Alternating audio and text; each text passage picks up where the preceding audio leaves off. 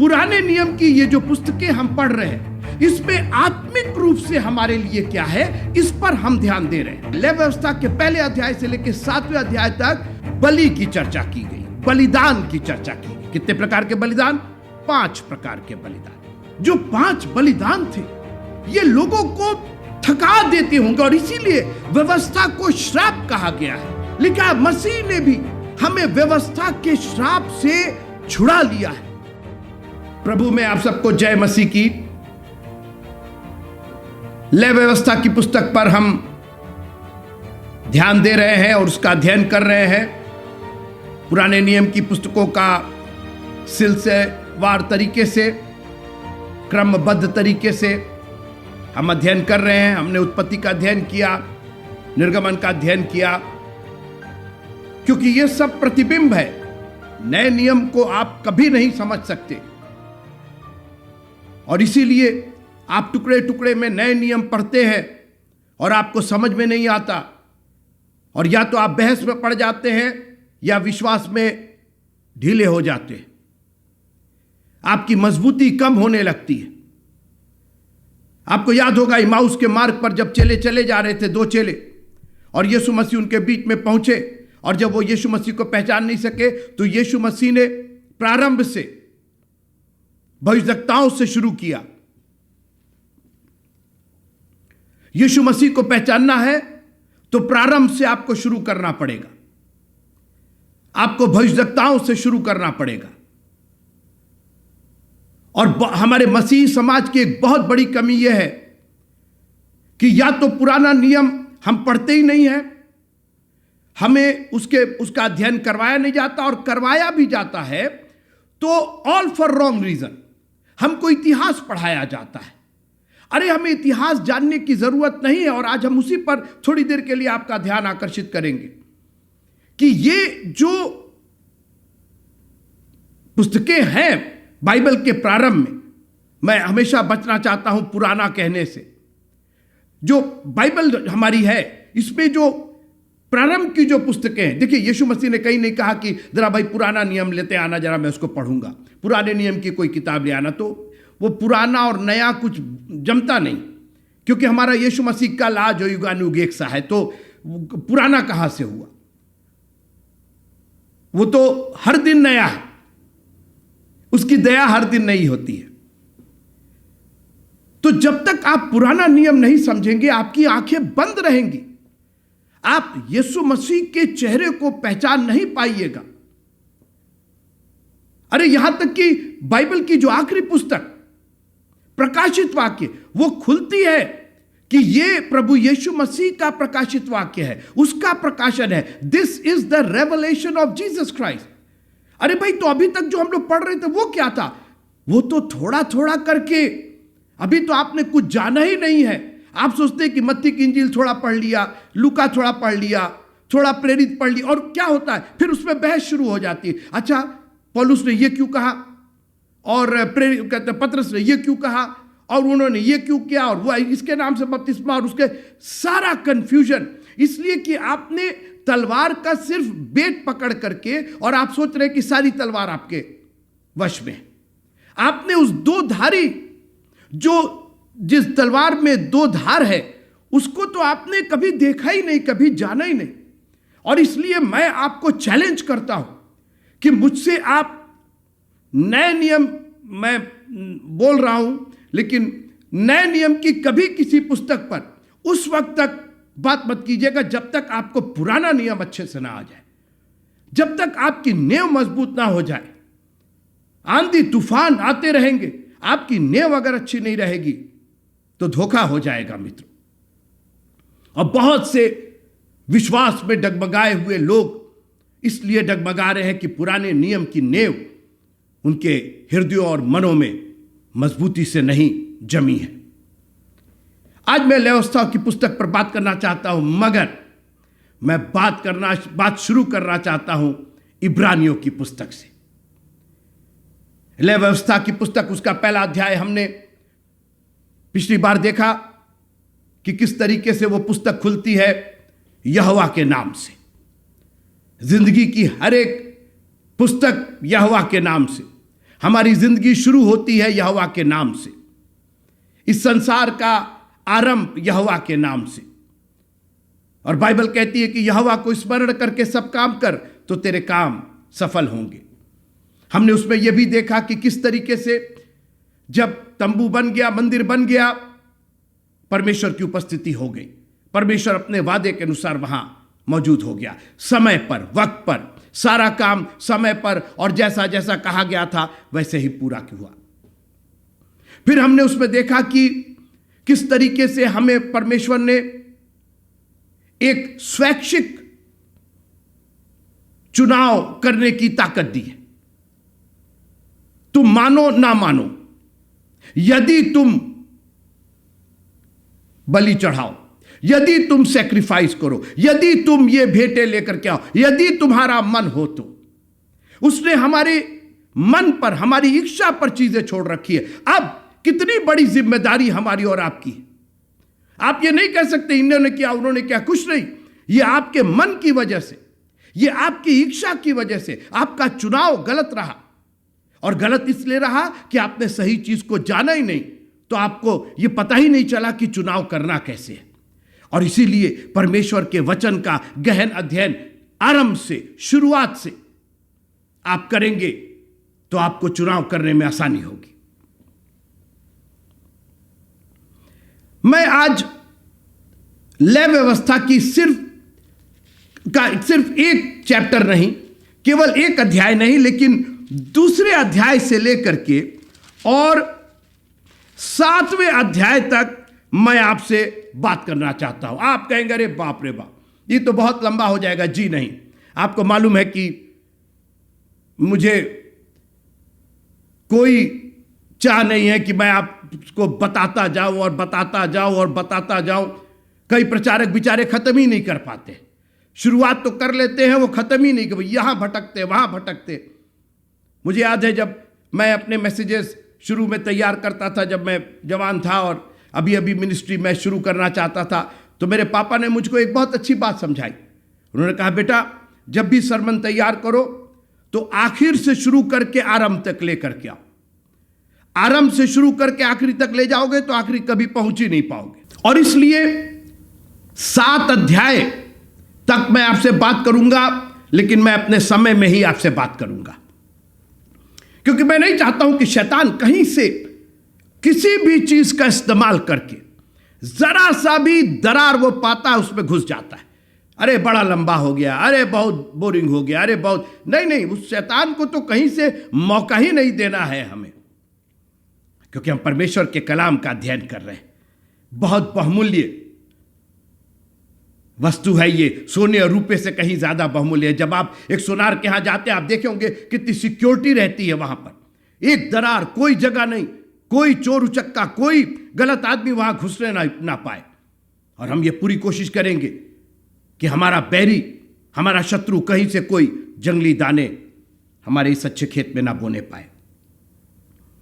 मैं लय व्यवस्था की पुस्तक के दूसरे अध्याय से बात करना चाहता हूं, लेकिन मैं आपको फिर इब्रानियों की पत्री में ले चलूंगा। लय व्यवस्था की इस लय व्यवस्था की पुस्तक के इन अध्यायों में दूसरे अध्याय से लेके या पहले अध्याय से लेके 7वें अध्याय तक बलि की चर्चा की गई, बलिदान की चर्चा की गई। कितने प्रकार के बलिदान? 5 प्रकार के बलिदान। होम बलि, अन्न बलि, मेल बलि, पाप बलि और दोष बलि। मैं इनको दोहराना नहीं चाहता हूं, वक्त में जाया नहीं करना चाहता। आपके पास आपकी बाइबलें हैं और मुझे मालूम है कि आप घर पर अपना होमवर्क करके आते हैं, आप पढ़ करके आते हैं और जाते हैं, फिर पढ़ते हैं और कई बार पढ़ते हैं, क्योंकि आपको एक दिल की खुशी मिलती है इससे, एक दिल की जो शांति मिलती है वो और कोई दे नहीं सकता। ये आप भी अच्छे से जानते हैं और इसीलिए मुझे मालूम है आपको कुछ मिले ना मिले, आप परमेश्वर के वचन का अध्ययन बराबर करते हैं। ये 5 प्रकार का जो बलिदान था, 5 अनुग्रह का, ग्रेस का, मर्सी का अंक है। और बाइबल कहती है कि वो अनुग्रह पर अनुग्रह लेकर के आया, अनुग्रह और सच्चाई से परिपूर्ण होकर हमारे बीच में डेरा किया उसने। हमारा उद्धार हुआ है अनुग्रह से। अब सुनिए, जो बलिदान था 5 प्रकार के, ये पापों की क्षमा के लिए था। कितने प्रकार के बलिदान? 5 प्रकार के बलिदान। 5 अनुग्रह की संख्या है। नए नियम में जब यीशु मसीह आए तो उन्होंने कहा बलिदान रहेगा। उन्होंने कहा बलिदान, जितने बलिदान थे 5 प्रकार के बलिदान रहेंगे, लेकिन अब वो बलिदान बजाय शारीरिक होने के, बजाय पशु पक्षियों के होने के, बजाय शारीरिक रक्त बहाने के, अब वो मेरे अनुग्रह में तब्दील हो गया है। और विश्वास से, अनुग्रह से ही तुम्हारा उद्धार हुआ है। उद्धार के लिए अभी भी बलिदान चाहिए, क्योंकि बिना लहू बहाए पापों की क्षमा नहीं है। रोमियो की पत्री 5वां अध्याय उसकी 9वीं आयत।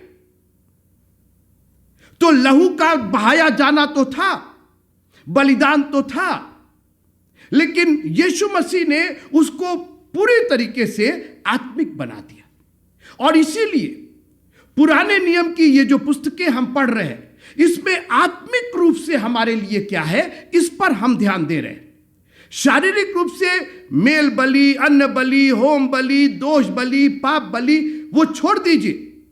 वो सब उस जमाने में अलग अलग तरीके से। और एक काम कीजिए, आप पहले अध्याय, लेवी व्यवस्था के पहले अध्याय से लेकर 7वें अध्याय तक 2, 4, 5 बार पढ़िएगा।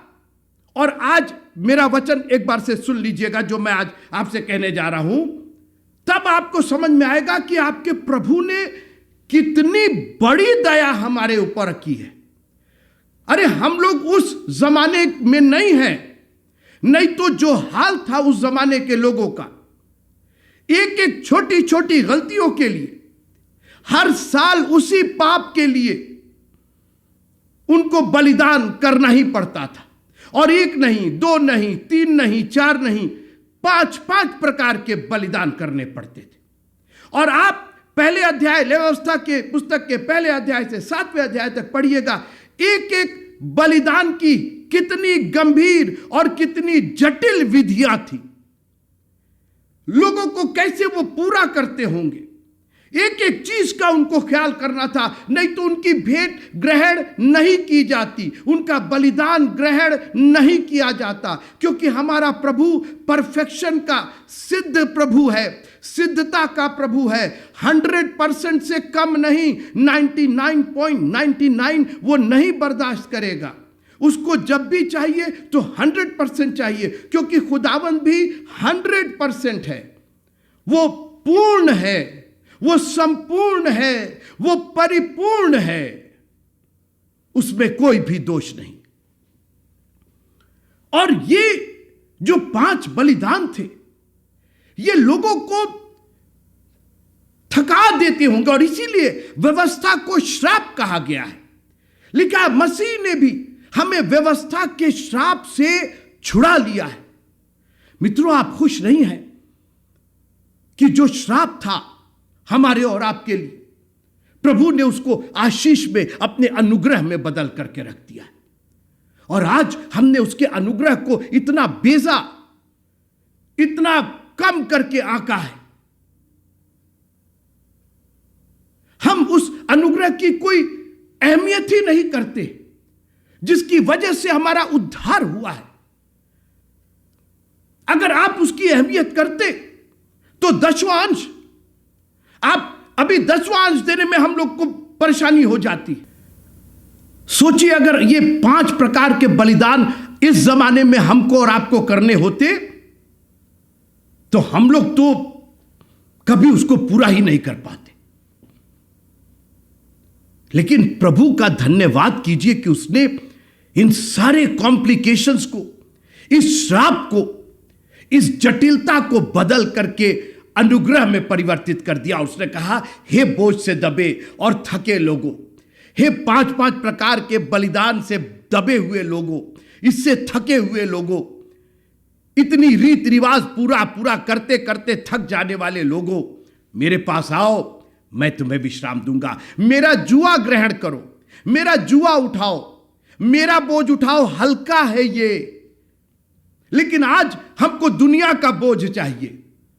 आज हम चाहते हैं कि हमको फिर से वो 5 प्रकार के बलिदान दीजिए। हम जटिलता में रहना चाहते, हम कॉम्प्लेक्सिटी में रहना चाहते, हम और भी अपनी लाइफ को उलझा करके रखना चाहते। कहां दुनिया को छोड़ के प्रभु के चरणों में बैठ करके और उससे अनंत जीवन की बातें सीखने के, मरियम के समान बनने की बजाय मार्था के समान किचन में ही परेशान है, घर को ही संभालने में परेशान है, बच्चे और बीबी और बच्चों को और पतियों को संभालने में लोग परेशान हैं। क्यों फिर से श्राप में जाना चाहते हैं? उसने हमें विश्राम दिया है मित्रों।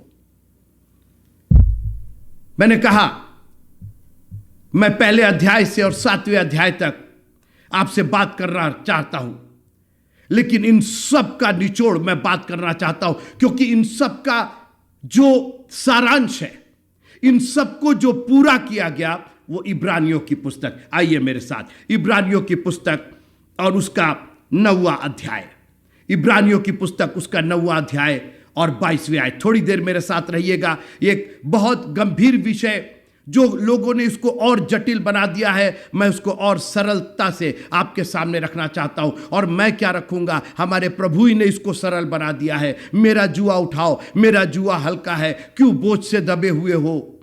क्यों दुनिया की भीड़ में फंसे हुए हो? मेरे पास आओ, मैं तुम्हें विश्राम दूंगा। सुनिएगा, इब्रानियों की पुस्तक उसका 9वां अध्याय और उसकी 22वीं आयत। Hebrew chapter 9 and verse number 22। सच तो यह है कि व्यवस्था के अनुसार प्रायः सब वस्तुएं लहू के द्वारा शुद्ध की जाती हैं और बिना लहू बहाए पापों की क्षमा नहीं।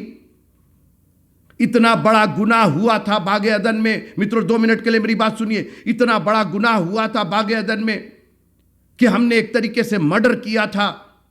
वहां पर लहू बहा दिया गया था और अब लहू बहाए बिना उसका प्रायश्चित नहीं हो सकता था। सोचिए, वो केवल एक फल नहीं था, वो परमेश्वर की आज्ञा, परमेश्वर के दिल को हम लोगों ने तार तार किया था। उसकी मोहब्बत को हम लोगों ने इतना ठुकरा दिया था, जिसने सब फल खाने को दिए थे, उन सब को छोड़ के, उसकी आज्ञा का उल्लंघन करके केवल एक फल छोड़ के, उसने जबकि वार्न भी किया था, उसने चेतावनी दी थी मत खाना उस फल को, मगर उसके बाद हमको उसी फल को खाना है। आज उसने केवल 10 हुक्म दिए हैं और कहा इन्हीं के अनुसार चलना, इसके अलावा इनको मत तोड़ना, मगर नहीं, हमको तो उसी को की खिलाफत करनी है। हमको अभी भी ऐसे गंभीर गंभीर काम करने हैं।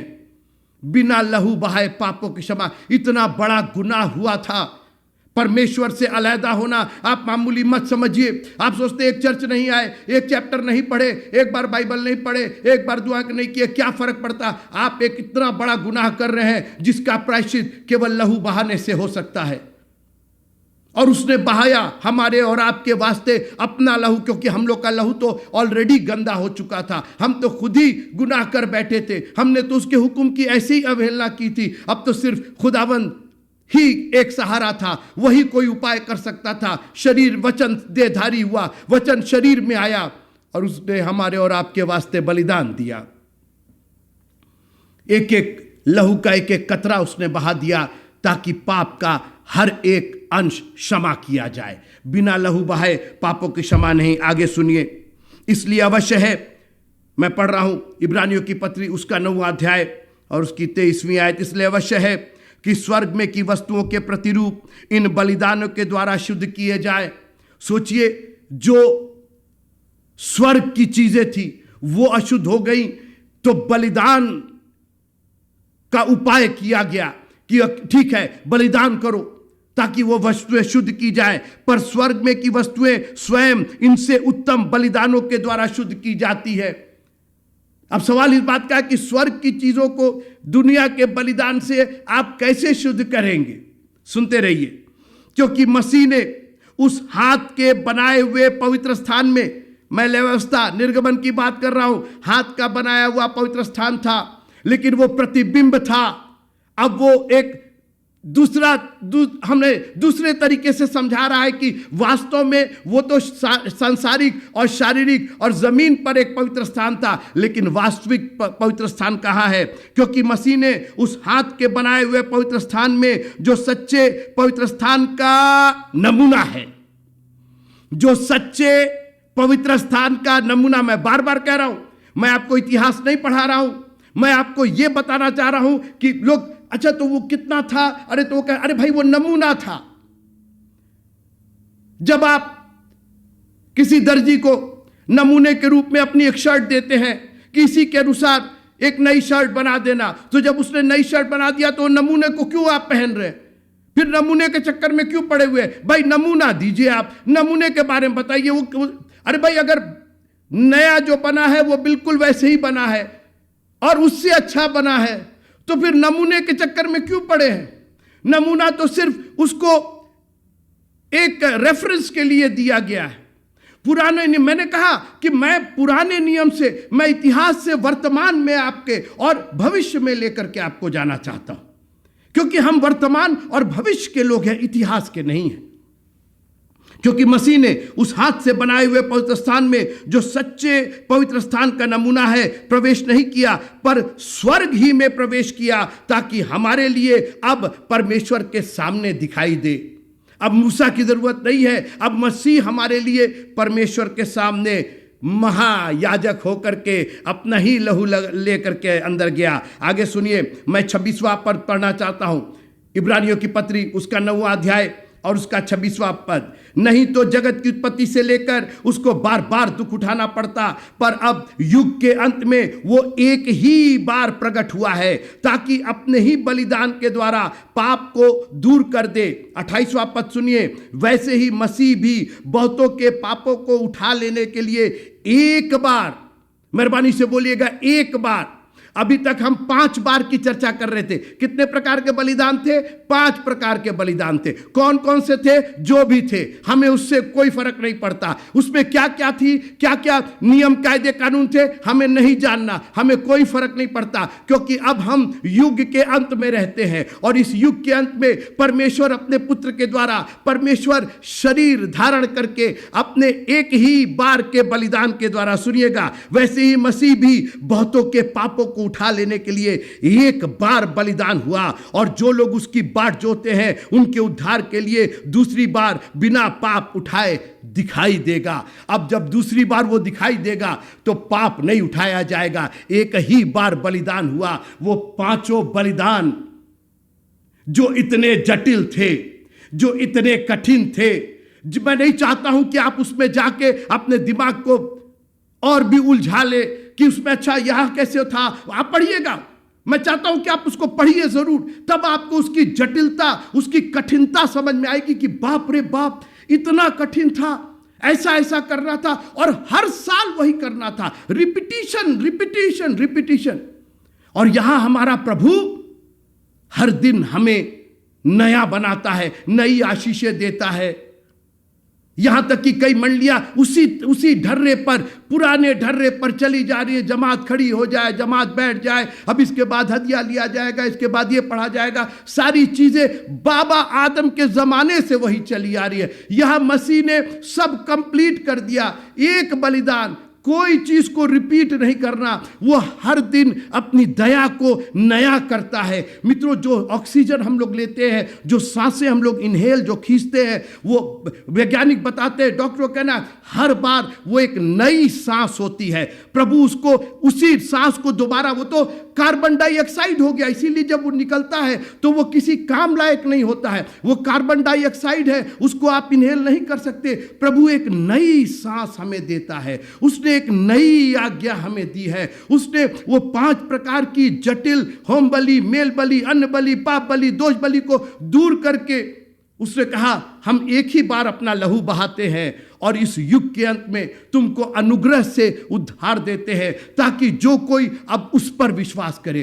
उस पर का मतलब क्या? उसके उस बलिदान पर, जो एक ही बार, जो सच्चा बलिदान, जो पूर्ण बलिदान, जिसमें कोई दाग नहीं, कोई धब्बा नहीं, कोई झुर्री नहीं, किसी निष्कलंक मेमना, वो परमेश्वर को वही भाया, ताकि व्यवस्था के श्राप से हमें छुड़ा ले और इब्राहिम की वो आशीष हम अन्य जातियों तक पहुंच जाए। मैं बार बार 5 की चर्चा कर रहा हूं ताकि आपको समझ में आए कि उस 5 को यीशु मसीह ने कैसे अनुग्रह में तब्दील कर दिया। मेरे साथ आइए 10वां अध्याय इब्रानियों का मैं ख़त्म करना चाहता हूं। इब्रानियों की पुस्तक उसका 10वां अध्याय और उसका 10वां पद। उसी इच्छा से हम यीशु मसीह की देह के एक ही बार बलिदान चढ़ाए जाने के द्वारा पवित्र किए गए। वो 5-5 बलिदान चढ़ाते थे मित्रों, इतना कठिन और इतना जटिल बलिदान चढ़ाते थे। मगर आपको खुशी नहीं है कि आपके पास एक ऐसा प्रभु है, एक ऐसा परमेश्वर का मेमना है जो जगत के पाप उठा ले जाता है। कैसे? एक ही बार बलिदान चढ़ाए, यीशु मसीह की देह के एक ही बार बलिदान चढ़ाए जाने के द्वारा पवित्र किए गए हैं। हमारे पास एक ही बलिदान है, and that is the sacrifice of our Lord Jesus Christ, the body of Lord Jesus Christ। इसीलिए जब हम उसकी मेज में शामिल होते हैं तो हम ये कहते हैं ये प्रभु की देह है जो हमारे और आपके वास्ते तोड़ी गई है। हम उसकी मृत्यु का प्रचार करते हैं। उस मृत्यु में, उसके देह के तोड़े जाने में वो 5 प्रकार का बलिदान सम्मिलित था। उस बलिदान में कमियां थीं, वो बलिदान पूर्ण नहीं था, वो बलिदान कलंकित था, वो 5 बलिदान श्रापित थे। मगर प्रभु का धन्यवाद कीजिए कि हमारे प्रभु यीशु मसीह ने उस श्राप को हटा दिया। आप अगर दिल से ये बात जान जाएंगे तो आपके हाथ स्वतः उठ जाएंगे और आप चिल्ला उठेंगे, प्रभु तेरा धन्यवाद हो, thank you Lord, thank you Jesus. हम तो इसके काबिल भी नहीं थे, हमको तो वो 5 जटिलता का बलिदान मिलना चाहिए था, हमको तो उसका भाग्य होना चाहिए था जो गुनाह। लेकिन आपने अपना शरीर एक ही बार बलिदान करके आप स्वर्गीय स्थानों में वो लहू लेकर के चले गए। परमेश्वर पिता को वो ऐसा निष्कलंक लहू आपने, जो मेढ़ों का नहीं, जो साढ़ों का नहीं, जो बैलों का नहीं, जो बकरियों का नहीं, जो पंडुकों का नहीं, वो जानवर का नहीं। आज हमारे कोई कार्यक्रम, हमारे कोई क्रियाक्रम प्रभु के सामने नहीं ठहर पाएंगे। आपको उसके बलिदान में विश्वास करना पड़ेगा। आप कहते हैं मैं विश्वास करता हूं, जी नहीं। अगर आप वास्तव में विश्वास करते तो 10वां अंश देने में आपको कठिनाई नहीं होती, आपको चर्च 10 मिनट 15 मिनट पहले आने में परेशानी नहीं होती, सुबह उठते साथ खुदावंत का कलाम खोलने में परेशानी नहीं होती। ये सब स्वतः हो जाता अपने आप। आपका दिल तो उद्गार से, एक्साइटमेंट से भरा रहता, आप ओवरवेल्म रहते। आप कितना प्रभु को धन्यवाद दे दे, कितना उसके नाम की स्तुति और बड़ाई कर दे। और इसीलिए दाऊद ने कहा मैं हर समय यहोवा को धन्यवाद करूंगा। ये तो कम है, 70-80 साल इतना ही बस धन्यवाद मैं दे पाऊंगा। अरे मेरा बस चले तो मैं जिंदगी ता उम्र में उसका धन्यवाद करूं। मैं हर समय यहोवा को धन्य कहूंगा और उसकी स्तुति निरंतर मेरे मुख से होती रहेगी। क्यों? कि उसने एक ही बार बलिदान करके मेरे लिए उसका अपना कुछ नहीं था, उसने कोई पाप नहीं किया था, मेरे पाप के लिए, मेरे गुनाह के लिए वो 5 प्रकार के जटिल और कठिन और श्रापित बलिदान को एक ही बार अपने शरीर के द्वारा बलिदान करके, अपना लहू एक एक बूंद उसने बहा करके हमको और आपको वो विश्राम दिया है, वो उद्धार दिया है जो दुनिया हमें कहीं नहीं दे सकती। आज भी लोग रीत रिवाज में ही फंसे हुए हैं। वो पुराने रीत रिवाज हमारा कब से चला आ रहा, सनातन से, और कब से हमारा प्रभु हर दिन हमें जय के उत्सव में लिए फिरता है। उसने एक ही बार बलिदान दिया, हमें अब दोबारा कोई कुर्बानी नहीं। अगर करनी है तो केवल धन्यवाद रूपी बलिदान चढ़ाना है, वो भी नहीं हो पाता। आप ले व्यवस्था की पुस्तक उसका 1 अध्याय से लेकर 7वां तक पढ़िएगा, कई बार पढ़िएगा ताकि आपको उसकी जटिलता समझ में आए। और फिर इब्रानियों का 9वां और 10वां पढ़िएगा और कहिएगा प्रभु तेरा धन्यवाद। हम तो कभी सोच ही नहीं सकते थे, और कौन कर सकता था ये? आपने इतनी बड़ी योजना, युग के अंत में, हम लोग युग के अंत में रह रहे, और आपने मेरे लिए ऐसा किया प्यारे प्रभु जी। और हम आपके लिए थोड़ा सा, हम आपकी थोड़ी सी आज्ञा नहीं मान सकते? हम आपके पास बैठ करके, तेरे चरणों में बैठ करके कुछ अध्ययन नहीं कर सकते? हमें माफ कीजिएगा प्रभु जी, और हमें ताकत और हिम्मत दीजिएगा। मिलेगी ताकत और हिम्मत जानते कहां? खुदा के कलाम से। आप जितना पढ़ेंगे, ये प्रकाश और प्रकाश बढ़ता जाएगा। जितना प्रकाश, जितना इल्यूमिनेशन होगा, अंधकार उतना ही दूर चला जाएगा। और जब अंधकार जाएगा, निराशा जाएगी, निराशा जाएगी, पाप गुनाह जाएगा, और आप उत्साहित हो जाएंगे। और आप कहेंगे, जब उन्होंने कहा आओ हम परमेश्वर के घर को चले, तो मैं आनंदित हुआ, मैं उत्साहित हुआ। मैं हर समय यहोवा को धन्य कहूंगा और उसकी स्तुति निरंतर मेरे मुख से होती रहेगी। प्रभु आप सबको बहुत बहुत आशीष दे। उसके बलिदान पर विश्वास कीजिएगा, उसके अनुग्रह को एक विश्राम जान करके उसको ग्रहण कीजिएगा। अनंत जीवन आपका है। जय मसीह।